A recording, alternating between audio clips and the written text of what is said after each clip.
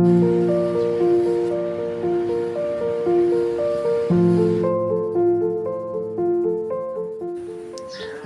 এবং স্বাগতম জানাই।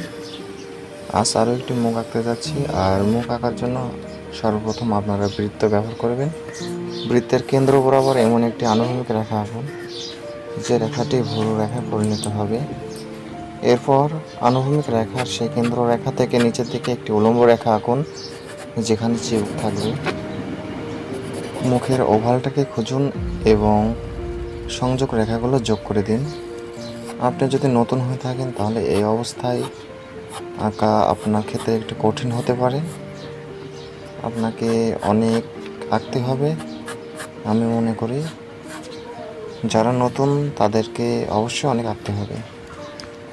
প্রতিটি চোখের ওপরে একটি করে খিলানযুক্ত ভুরু আঁকতে হবে। আমি আনুভূমিক রেখার ওপর একটি করে খিলানযুক্ত ভুরু আঁকছি। ভুরু বরাবর চোখের জন্য ছোট ছোট দুই পাশে দুইটি রুক্ষ বৃত্ত আঁকুন।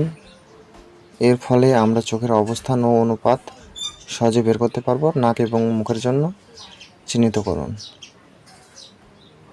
এবং দুপাশে দুটি চোখ আঁকুন বাদাম আকৃতি।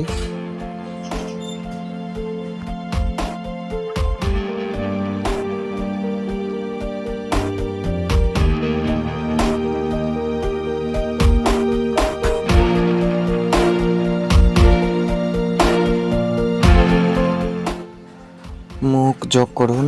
নিচের চতুর্থাংশকে আবার অর্ধেক ভাগ করুন। ঠোঁটের নিচের অংশটি আপনি এইমাত্র আঁকা বিভাজন রেখায় বিশ্রাম নেবে। যেখানে ঠোঁট মিলেছে তার জন্য একটি রেখা আঁকুন এবং তার উপরে একটি ঠোঁটটি আঁকুন। এবার ঠোঁটের নিচের অংশটি পূরণ করুন। অতিরিক্ত লাইন ইউজার দিয়ে মুছে ফেলুন।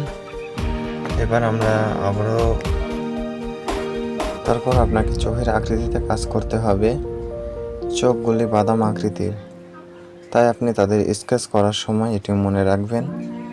চোখ প্রতিটি আকার এবং আকারে আসে, তাই এটি অনুভব করুন। একটি আঙ্গুলিস্টের নিয়ম হিসাবে দুটি চোখের মধ্যের দূরত্ব অন্য চোখের প্রস্থ। আইরিসের ভিতরে চোখের কেন্দ্রের ভেতরের রং পিপুল আঁকুন, যা চোখের সবচেয়ে অন্ধকার অংশ।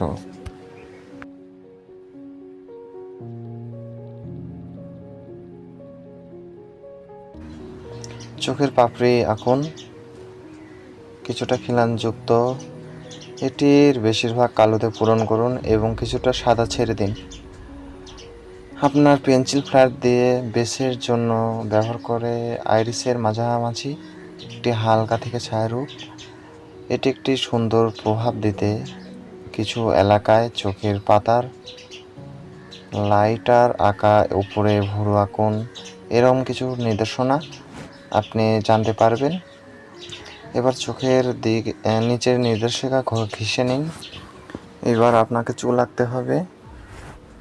চুল আঁকা কঠিন, কিন্তু আপনি যদি লাইন দিয়ে শুরু করেন তাহলে মনে রাখবেন এটি লাইন অঙ্কন। চুল কি সোজা নাকি বাঁকা, মাথা চারপাশে বাঁকানো সমান্তরাল রেখা, এরূপ কিছু বিষয় আপনাকে জানতে অবশ্যই লাইন ব্যবহার করতে হবে। লক্ষ্য করুন কীভাবে কোকড়া চুল সমান্তরাল স্ট্যান্ডের সম্বন্ধে তৈরি হয়। আমি ঠিক এভাবে আঁকার চেষ্টা করছি, আপনারা চেষ্টা করেন, অবশ্যই আঁকতে পারবেন।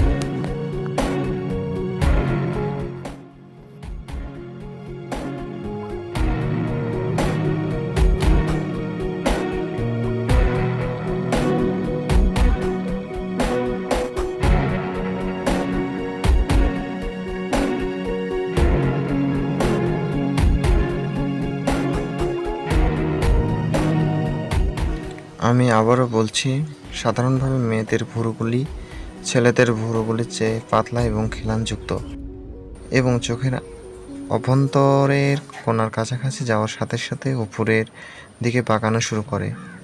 তারপর অন্য চোখের উপর পুনরাবৃত্তি করুন। ভুরুগুলোকে আরও ঘন করতে আপনি কয়েকবার আঁকেন। এমন লাইনগুলির উপর দিয়ে হালকাভাবে যান।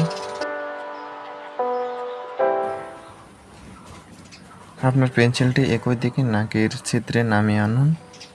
পিরিচ এবং নাকের ডগা নরমভাবে সংজ্ঞায়িত করতে ছায়া ব্যবহার করুন। নাকের সেতু বরাবর হালকাভাবে ছায়া নিন। আপনি যখন চোখের নিচে পৌঁছাবেন তখন থামুন। নাকের ডগা সংজ্ঞায়িত করতে সে লাইন এবং নাকের ছিদ্রের বাইরের প্রান্তের মধ্যবর্তী স্থানে ছায়া দিন।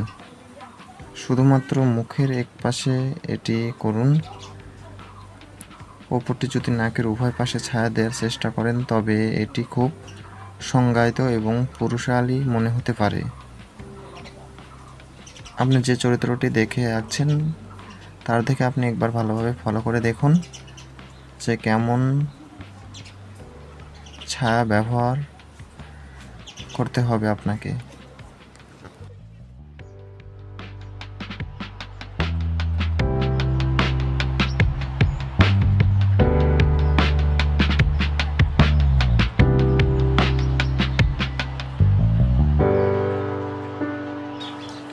মুখের দুটি অংশ রয়েছে।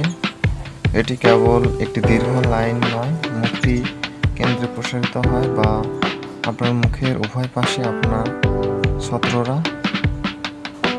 উপরের ঠোঁটটি সাধারণত আপনার নিচের ঠোঁটের চেয়ে কিছুটা বড় হয়, তবে এটি সর্বদা হয় না।